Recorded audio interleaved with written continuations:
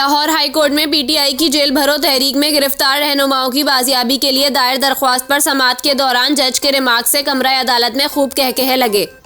Lahore high court में PTI की jail भरो तहरीक के दौरान गिरफ्तार रहनुमाओं की बाजियाबी और रिहाई के लिए दायर दरख्वास्तों की समाअत हुई, जिस दौरान अदालत ने दरख्वास्त गुजार के वकील से इस्तफसार किया कि आपके लोग क्यों पकड़े हैं। इस पर वकील दरख्वास्त गुजार ने कहा कि हमने जेल भरो तहरीक शुरू की थी।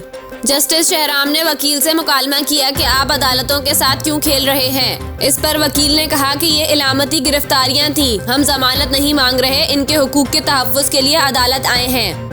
दरख्वास्त गुजार के वकील के मौक़िफ़ पर अदालत में कहकहे लगे, जिस पर अदालत ने कहा कि आप तो खुद कह रहे थे कि गिरफ्तार करो, अब गिरफ्तार कर लिया तो क्या अर्जेंसी है। समाअत के मौके पर शाह महमूद कुरैशी के बेटे ज़ैन कुरैशी भी अदालत में पेश हुए और अपने बयान में कहा कि मुझे गिरफ्तार नहीं किया, लेकिन मेरे वालिद को गिरफ्तार कर लिया गया, मुझे इनसे मुलाकात नहीं करने दे रहे।